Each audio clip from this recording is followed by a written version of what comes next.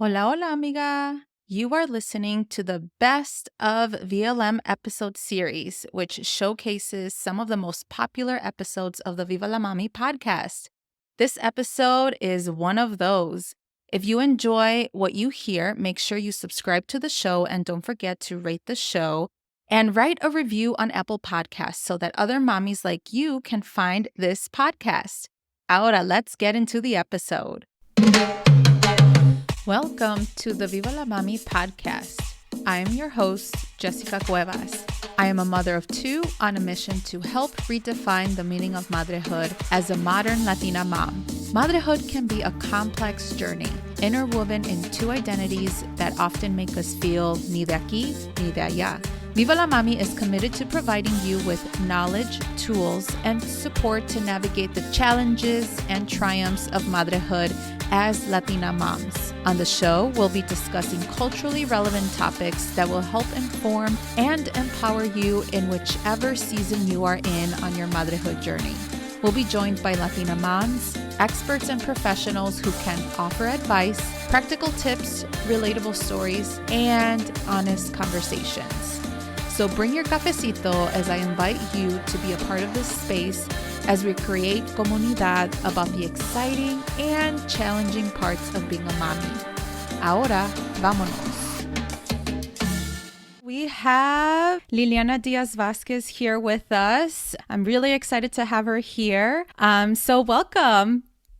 Thank you. Thank you so much for inviting me to talk on your podcast. I'm excited. Yes, thank you. Yes, we go way back. We met in high school through an orchestra, and I've seen you flourish and grow within your profession and also your business, but now as a mom. So Thank you. congratulations. Thank you. And Um, congrats to you too. gracias, Because I know our gracias. little ones are like close in age. They are, yeah, our little pandemic babies. Yeah, so Liliana, if you can tell me a little bit more about yourself and what is it that you do?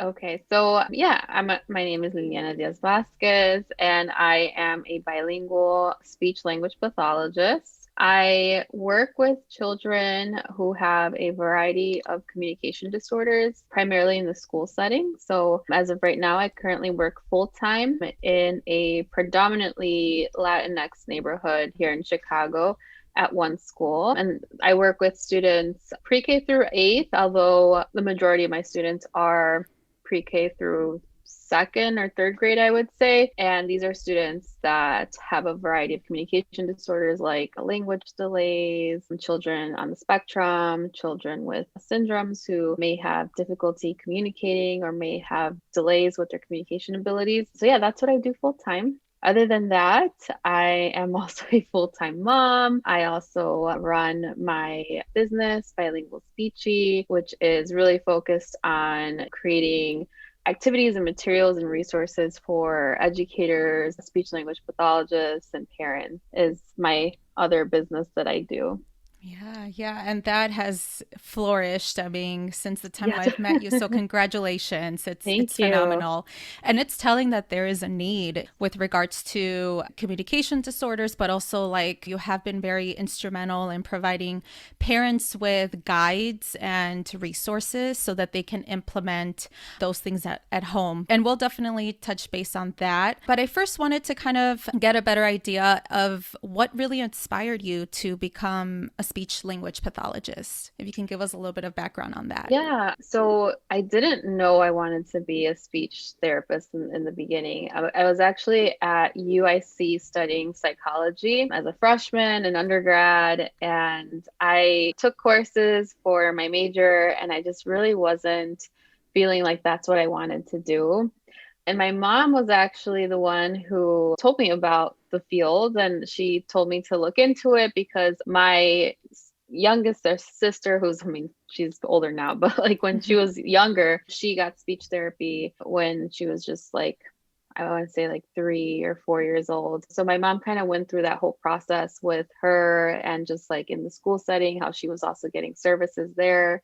And so she saw like all of the progress that my sister made.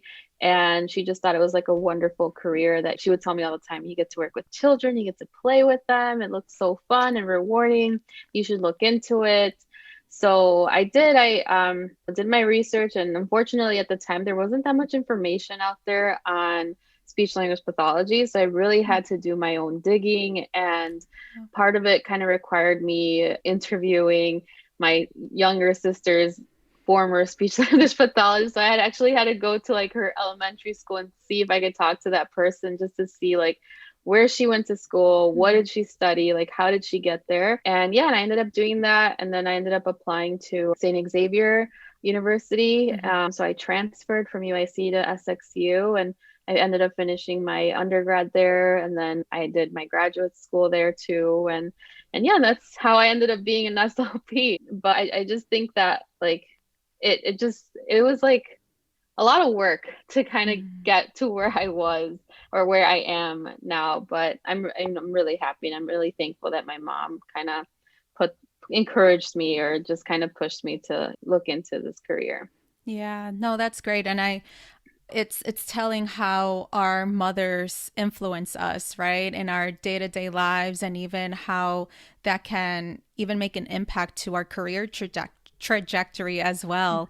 And so I'm glad that she kind of planted that seed for you, and then you did it on your own, and you researched, you networked, and yeah, that is great. And so as far as with speech therapy within the Latinx community, what are the common misconceptions about that as far as with seeking therapy? Because as you mentioned, it's sort of a new field. It's been around, but when it comes to the Latinx community or the bilingual community, nothing much is out there. So I'm sure that this is what really inspired me to reach out to you about that, and how we can kind of start that conversation, especially with mothers who perhaps are kind of in that verge of like, okay, should I take my child to speech therapy, or how does that look like? Yeah, I would say that some of the common misconceptions that I've heard like throughout the years, and this is my ninth year working as an SLP, but one of like the main ones I would say is like that sometimes you'll get families or outsiders that may hear a parent or their parents' concerns, and that their child's not quite talking quite yet, or that their child's not quite saying as many words. And something that's commonly said a lot, I would say, is that you should just wait and see. I've heard it before, like not only in like with family members that I just had conversations with, but like with the families that I've also worked with, that oftentimes they'll seek out services kind of late.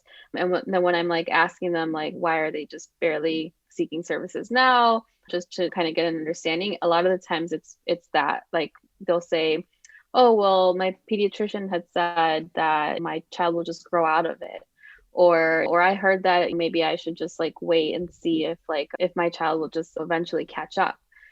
And research suggests that about 50 to 70% of children who have just delays with their communication skills, and we're just talking like delays, there's nothing else going on, it's just a straightforward communication delay, there's no other underlying factors that may influence this. A lot of times research does say that children sometimes that type of delay will recover. However, there's still that percentage, that like 20% of children that might not, and it can have like long-term negative effects or impacts on their later development, and that could be like academically, linguistically. So I just really stress all the time to parents that if you have concerns, or if something doesn't quite feel right, or you just have a feeling that, you know what, like maybe this isn't normal, then definitely seek out a speech language pathologist, get your child evaluated, because you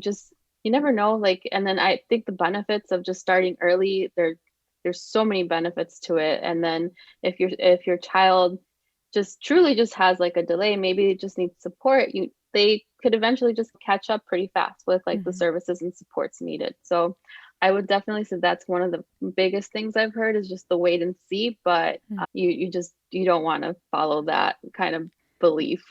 Right, right. Yeah. And one of my questions kind of following that is like, what are some of the common signs? Like, I have a 20-month-old, he is very communicative, he picks up on words, right? But like, is there a certain time in their development where then you're like, okay, maybe I should seek therapy or speech Mm-hmm. therapy, right? So based on your experience, like what are the most common signs so that parents can kind of pick up on that? There are general developmental milestones, and I mean like general because like every child Mm-hmm. develops on their own, but these are sometimes used just as a reference or as a guide for development in general. And then there's also milestones for communication as well. So typically, like let's say by 1 or 12 of age, according to developmental milestones for communication, expressively, your child might have about like anywhere from like 6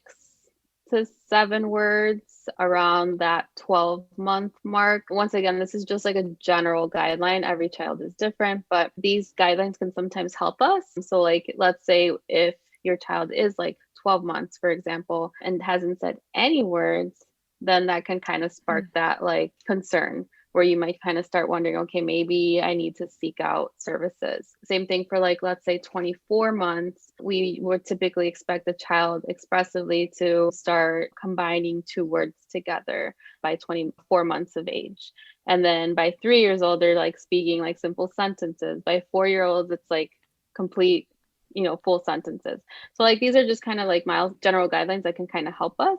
It doesn't mean that every child's going to fit perfectly into those guidelines. Like there are lots of variations Sure. across all children, but I think it's helpful, so that way parents can have an idea of like what to expect. Um, and then of course you can always ask for these kinds of like milestone charts and information at your pediatrician's office. Actually, like for example, today I took my son to the pediatrician, and I think part of the routine is they always hand us these like milestone infographics that they like kind of always share. So that's really helpful. So maybe you can always ask like your pediatrician for information on that. But typically those are kind of like signs. So like if your child is, let's say, 20 months and is not yet saying any word, then that could definitely be kind of like a red flag and something to like look into. Right. Okay. Yeah. Thank you for sharing that. I think it's important to understand childhood development, and really kind of assess where your child is at. Mm-hmm. So, yeah. So, thank you for sharing.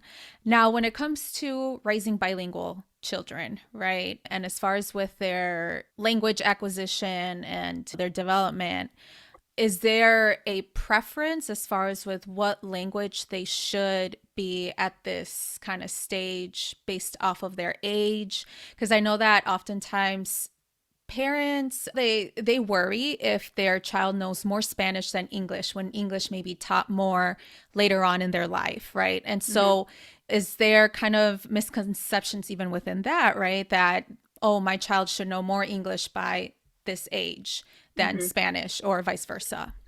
I think that, I mean, it totally just depends on like the child and the bilingual dynamic that's at home, Mm-hmm. because you'll have families that maybe are focusing on one language at home and maybe that child only knows, let's say, for example, Spanish.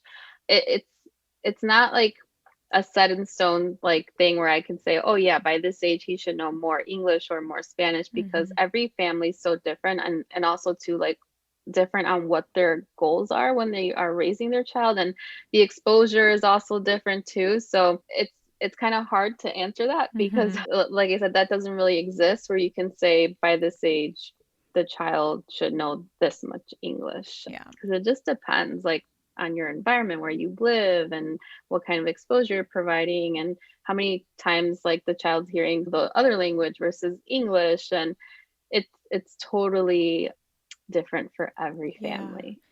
Yeah, so just in general, right? Like for whether if it's English or Spanish, Hmm. just kind of assessing the child, making sure that by this age they have picked up on X amount of words, regardless in which Yeah, language. so like if you're referring to communication milestones for bilingual children, like how many words they should have, is that what you were kind of Mm-hmm. going towards? Yeah. So communication milestones are the same across all languages when it comes to just general development of how communication evolves over time. So we would still follow those general guidelines, like by one, like 6 to 7 words, by 2, like 2 word utterances, by 3 sentences. That still kind of goes the same. And then the only difference is now you're accounting for both languages. So if you're counting vocabulary, so let's go back to like that example with the 12-month-old.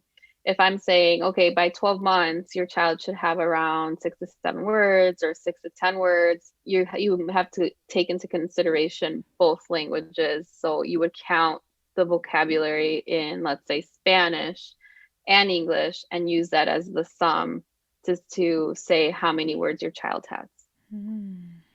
Wow, So that's now interesting. you have to take into consideration both languages and just kind of take them as the grand total. Yes. Okay. Mm-hmm. Yes. Thank you for sharing that, because that can be a little confusing, right, for bilingual Mm-hmm. families. And yeah. And so that was one of the big questions that I had to see, okay, basically my child knows both languages, right? And how should I Mm-hmm. kind of assess where they're at, and whether if I should decide in them seeking speech therapy. Mm-hmm. So, because you do focus on a specific population, what makes a bilingual SLP different from a monolingual SLP?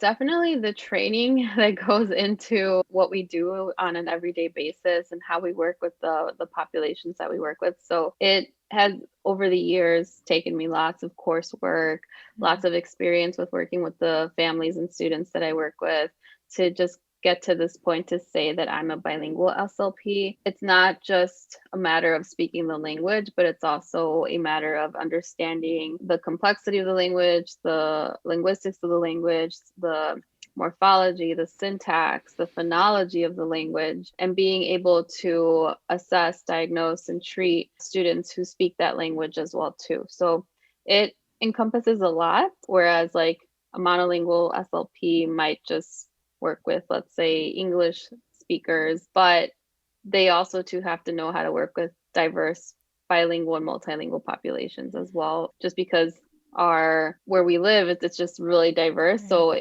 everyone kind of has to know how to work with these populations, but a bilingual SLP specifically works in that language. Gotcha. Mm-hmm. Great.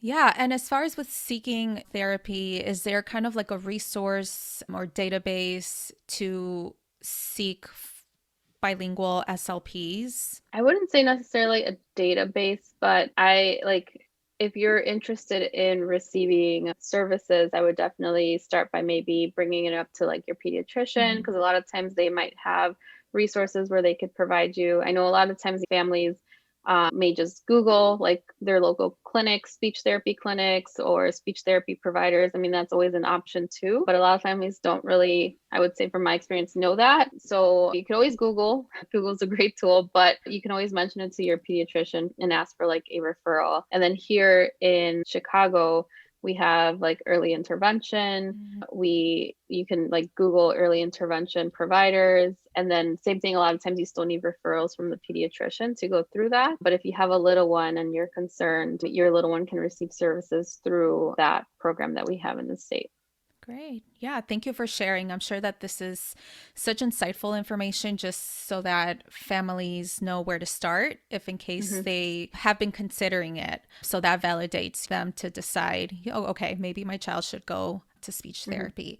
So now we're going to shift gears just a little bit to kind of talk about bilingual speechy. So now that you have this expertise and professional background, what inspired you to create bilingual speechy? Oh wow. So it was a long time ago. It was like 9 years ago. Can take me Um, back. so I was a newbie, fresh out of grad school.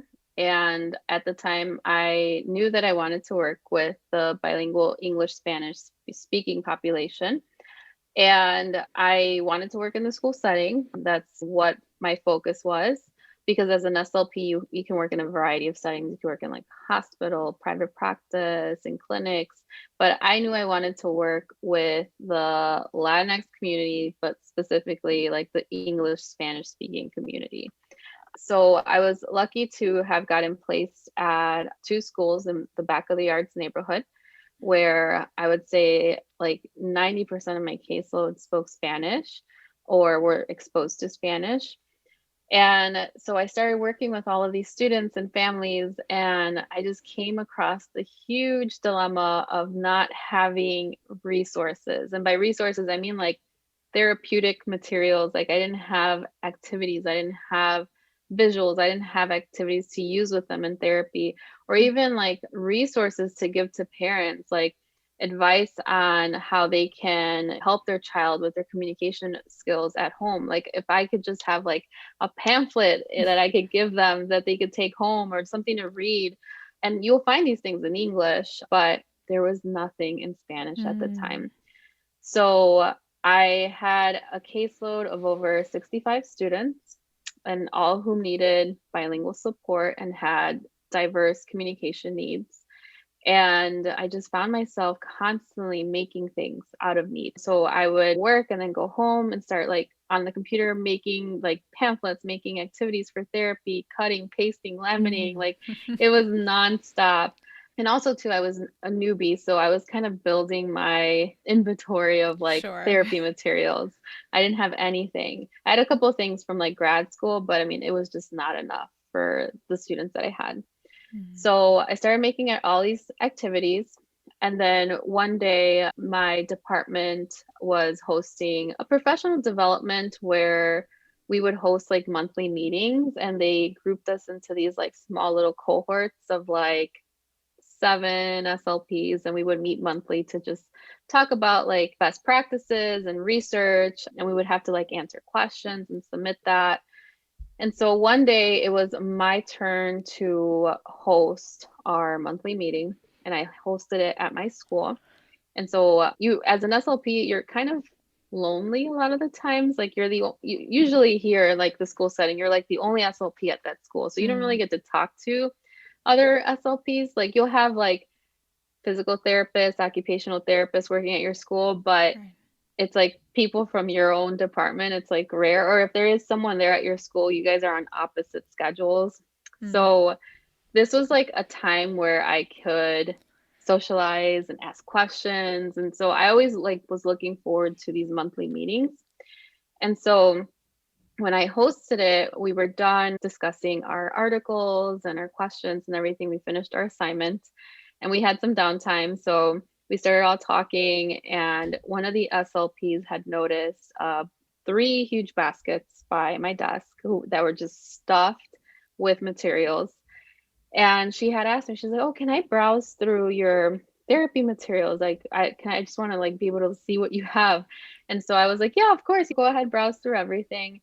And her and a couple others made their way to my desk. They were kind of going through my stuff. And then I started hearing like gasps of like excitement. And they were just like, "Where did you get all of these like Spanish materials from?" And I just remember being like so humbled and just saying like, "Oh, I made them." And they were just like impressed. And one of the SLPs had told me, she was like, "You should upload these on Teachers Pay Teachers. Like Mm. there are other bilingual SLPs that would greatly benefit from these materials." And so I looked into Teachers Pay Teachers. Like if you fast forward now, like I looked into it, and it was like a huge project to try to upload everything I had made into this TPT website. But I looked into it and I started kind of going one thing by another and just kind of like slowly updating my stuff. And yeah, and then like slowly but surely people started kind of noticing my materials, other bilingual therapists, other English speaking therapists who also might be working with diverse, culturally and linguistically diverse populations. Mm. And so they would need stuff for their populations too. So that's kind of how it all kind of started. It's just kind of started growing slowly and slowly after the years. And then at first, it was very focused on therapeutic materials, and that's all I was focused on. But slowly, kind of that goal changed because as I was working with these families, that I also started kind of coming across a lot of the misconceptions about bilingualism just simply through working with this population. I would get families that would ask me, like, should I be speaking in Spanish? Like, Mm. I'm not sure. Like, am I confusing my child? Like, my child has a delay. Like, am I gonna like hinder their progress? So I would get these questions a lot. Mm-hmm. And then also too, I would come across situations where I would be in meetings and I would hear other unfortunate, like this was super unfortunate, but like I would hear other professionals give just incorrect advice about bilingualism. Hmm. So there was a couple times where I was in meetings and I would hear someone else tell the parent, make sure you only stick to English because that's the language that they're going to learn in school and you don't want to confuse them. And I would hear these things. And Oh, of wow. course, I would advocate and say something. And a lot of the times it would turn into these like debates at the table where it's like, well, no, this is what I've heard. And then I would come back and say, no, the research says this. And then Right.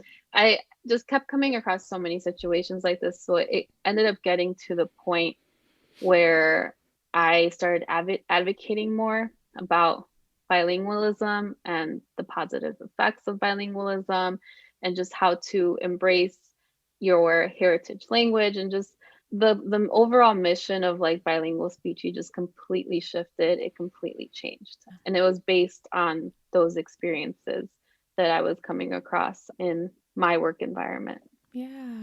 Yeah, that is phenomenal. And like I said, I've seen you thrive through your platform and now as a parent it is so applicable to me and I'm sure to many mommies and parents out there. And so yeah, one of my question was like to whom is bilingual speechy targeted for?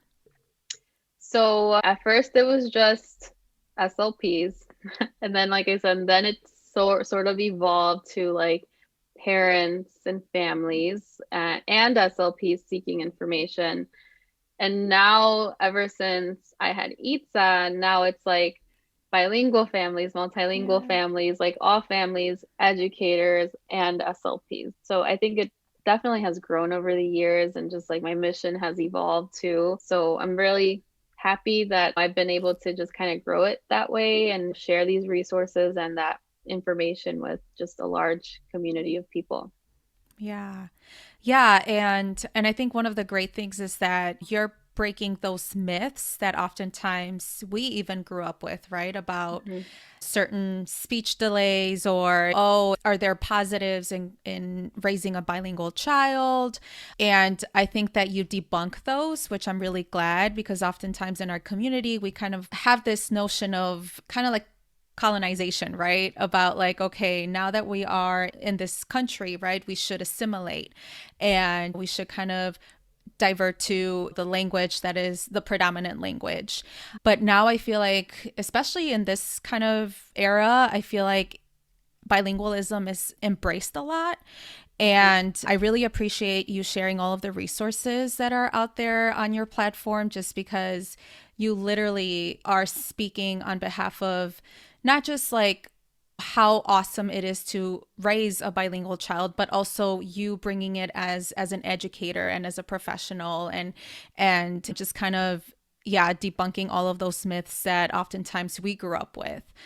And Thank it's you. interesting. Yeah, yeah. And so, as far as with the type of resources that are offered through Bilingual Speechy, what are ways that parents can kind of gather out of your platform in addition to what is shared? But are there tangible resources that are out there for them? Yes, of course. So on my website, I have several resources for parents. There's one in particular called A Parent's Guide to Bilingualism. So if they just go on my website at bilingualspeechy.com and they search up that resource, like that's a good pamphlet to be able to read through. It has all sorts of like facts driven by like research. And there, it also has like activities and suggestions for like podcasts and things like that. So I highly recommend looking into that. But other than that, I also have a parent blog. So every month I try to come up with like different topics for parents that they can either read more on bilingualism or raising a bilingual child. So there's a couple articles on there too that they could look into as well. Okay, great. Yeah, thank you for sharing. I think that that is so important just so that parents can be a part of this educational process as well. So Hmm. there's a lot of value with that. So now we're going to shift gear for kind of questions that I want to know more about you now as a mommy. And so, how are you applying your expertise as a mother raising a bilingual child? Oh, man, I don't even know where to start with that question. It's a blessing and a curse, I would say, Mm. because a blessing because I know so much about just child development, communication, but a curse because it makes me so paranoid all the time and it's hard not to like be in that mentality. But and I try not to because it's like the same things that I tell other parents, like don't compare your child to others and every child develops on their own pace. And I'm like, I know these things and I say them to myself constantly, but it's different when you're in the shoes. So it's been amazing because like everything that I've learned in books, I could finally see for myself at home.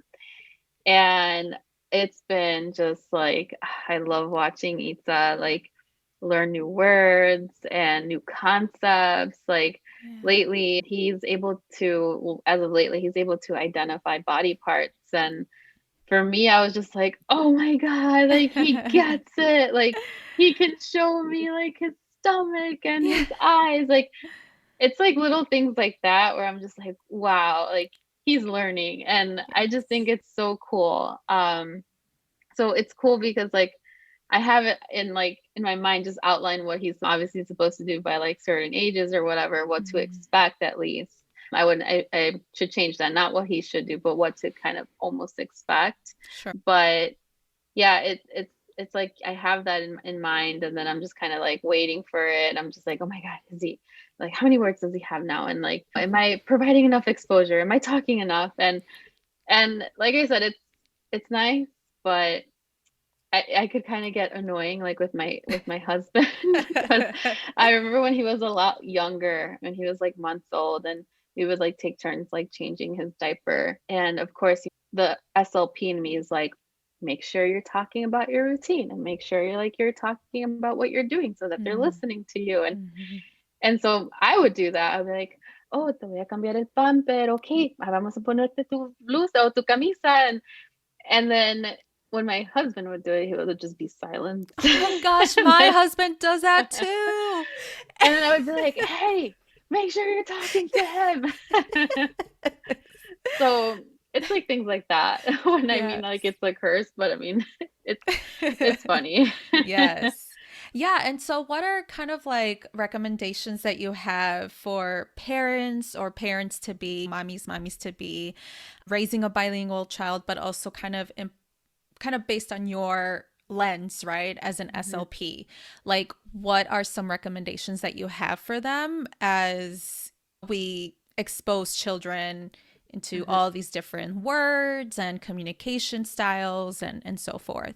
mhm. And parenting styles too. So True. I would I would say to the first tip to like start off if you are a family or you're thinking of starting a family and you want to go the bilingual route or just expose your child to another language, number one step is to develop or talk about your goals, your Mm, bilingual parenting goals. And basically just kind of like talk about like what do you want that to look like in your household? Because I'll be honest, bilingual parenting is it's hard work, at least mhm, for me who's bilingual where I would say English is more so my dominant language mhm. and for me talking or speaking in Spanish requires more of an effort. I mean, Spanish was my native language, but with all of the exposure I've had throughout the years with like growing up with peers in English, going to school in English, English is still kind Right. of more so my dominant language.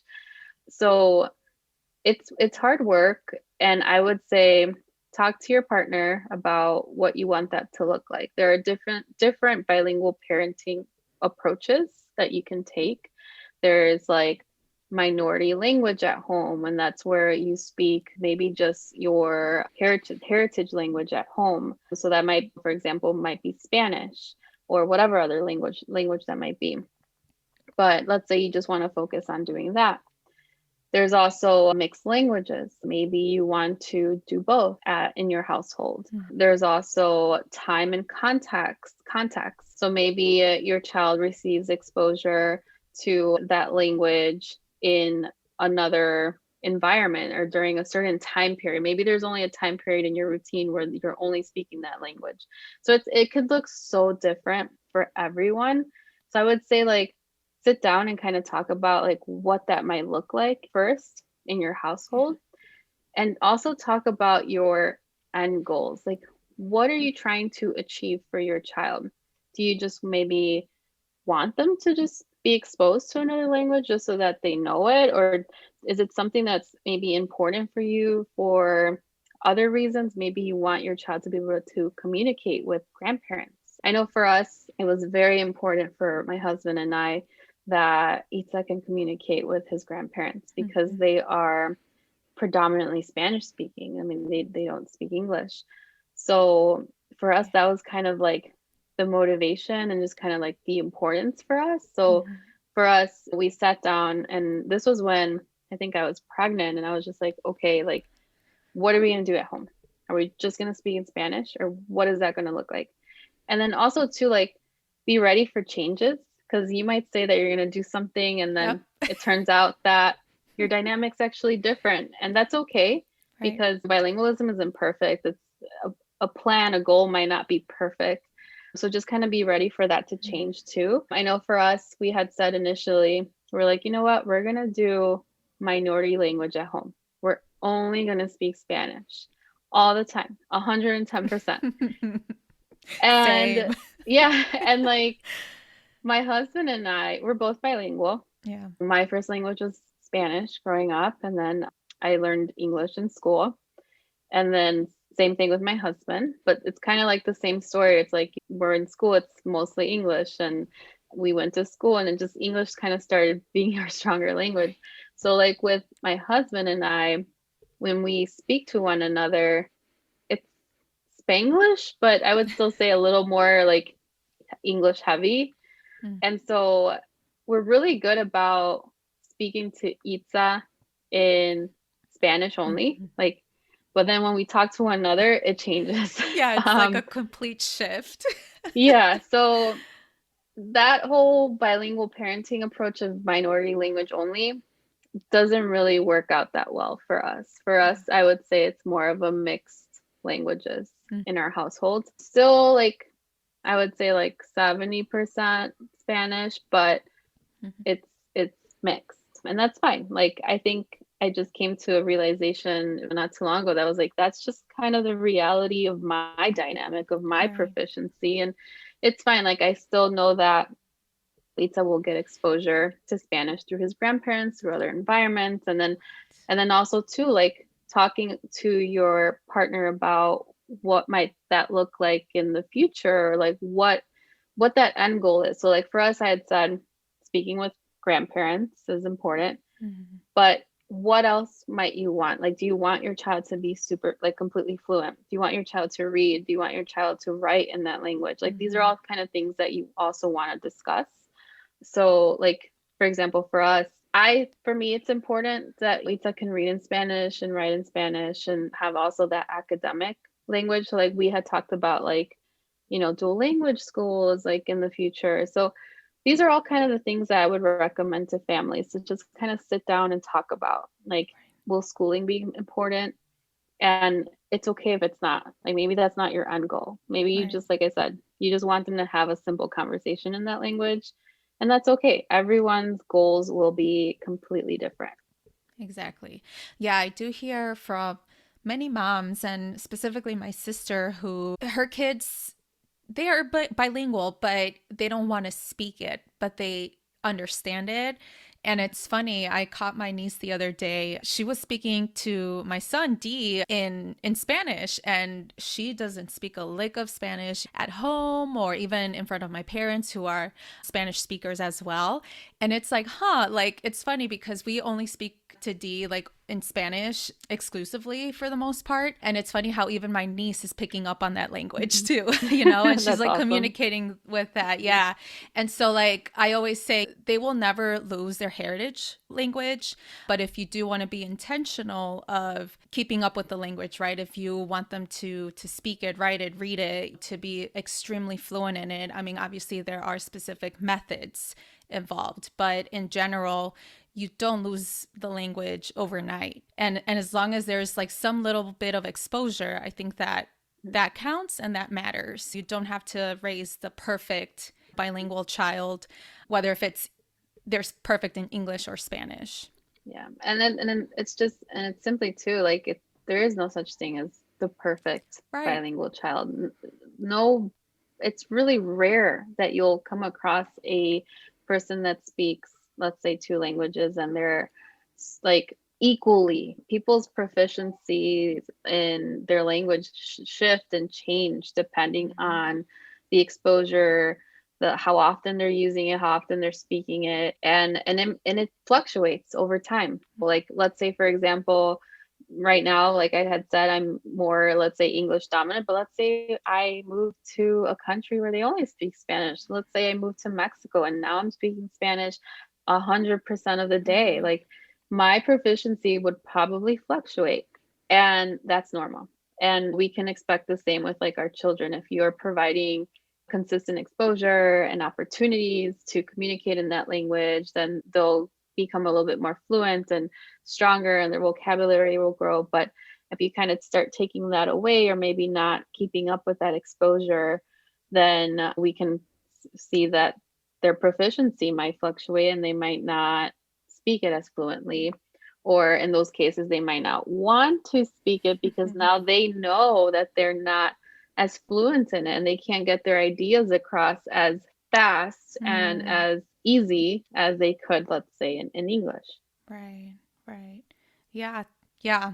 Totally agree. And thank you for validating that again, because I'm talking to the professional here and the expert. But yeah, I know that you shared a couple of recommendations, but in general, not just specifically to raising a bilingual child. And these are going to be two questions that I ask my folks that are interviewing with me. But what is one tip of advice you have for a Latina mom? I would say don't be afraid to ask questions and get second opinions, and to trust your gut.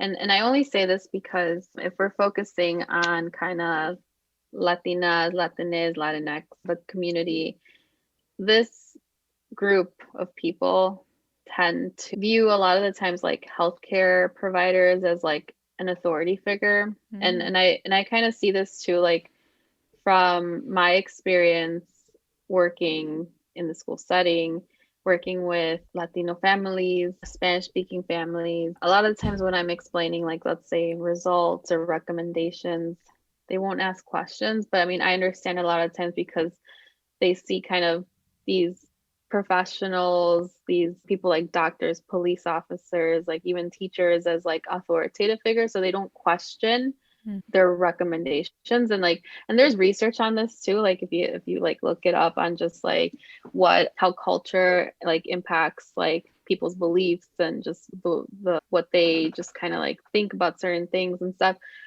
And I would say, like, if you are a new mom and you're constantly going to these like doctor visits, I would just say, like, write down your questions and just ask questions. Because as a new mom, like, you just have like, there's so many things that you're constantly learning. And like, for me, I would always have like a list of questions that I would go talk to the doctor. And sometimes I would even like make appointments just to ask these questions, because I just didn't know a lot of the things about like taking care of a baby and what to expect and things like that. And so, like, if you are new to being a mom, and even if you're not, ask questions, get second opinions, whether that is for speech or with your pediatrician or whatever healthcare provider that you are seeking, and trust your gut. So if something doesn't feel right, it's probably because it's not right, and get it checked out. Yes. Oh, that is such a great advice. I completely agree. So thank you so much. And second question is, what is the meaning of motherhood to you? This question's hard. I would say motherhood is a chapter and an emotional journey if we're talking about motherhood in a Latina mother's life, where she learns to embrace and encompass and sometimes deal with the challenges that come with being a mother and taking care of a human being that solely depends on you to survive, but also too just about learning about and experiencing the challenges that motherhood comes with, which are physical, stressful, joyous, and beautiful, and all at the same time. And I think motherhood's very different than motherhood, because if we're talking about motherhood, then it's also to living the cultural values that have been passed down to you from like your own ethnic background, and how that influences your parenting style too. Yes. So I know it's like, I feel like it was a bunch of gibberish. No, but that is your definition. It's hard. Yeah. Yeah, I think, there's no right or wrong answer, right? Exactly. And I think it's so complex. Like just motherhood, it's so complex and something that you just almost can't even prepare for. Like being a new mom, like I never expected all of these challenges. I had no idea. I didn't know about how tired I would be all the time, and yet like happy because I'm growing my family, and like I'm seeing my child flourish and develop well. And I don't know, it's all these mix of emotions. It is. It's complex and yeah. Yeah. So where can listeners find you? You can definitely find me on Instagram at Bilingual Speechy. And also too, if you subscribe to my blog at bilingualspeechy.com, I'll keep you updated on like the latest on bilingualism and research and parenting. So if you're definitely interested in all of that, definitely join my community over at my blog too.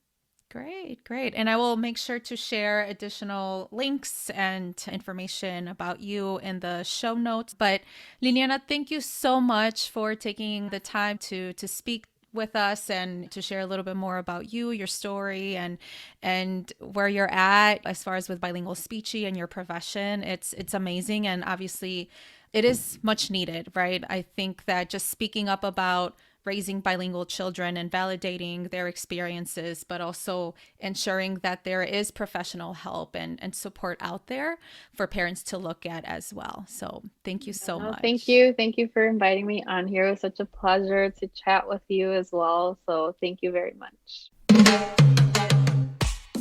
Thank you for tuning in to the Viva la Mami podcast. If you like this episode, make sure to leave a review and write what episode really resonated with you. If you really loved it, share it on social media or with an amiga. As always, please subscribe to this podcast wherever you are listening. Make sure to follow me at Viva la Mami on Instagram or visit vivalamami.com. Please note the information shared in this podcast is for educational purposes only and should not be replaced by your healthcare provider nor taken as professional advice.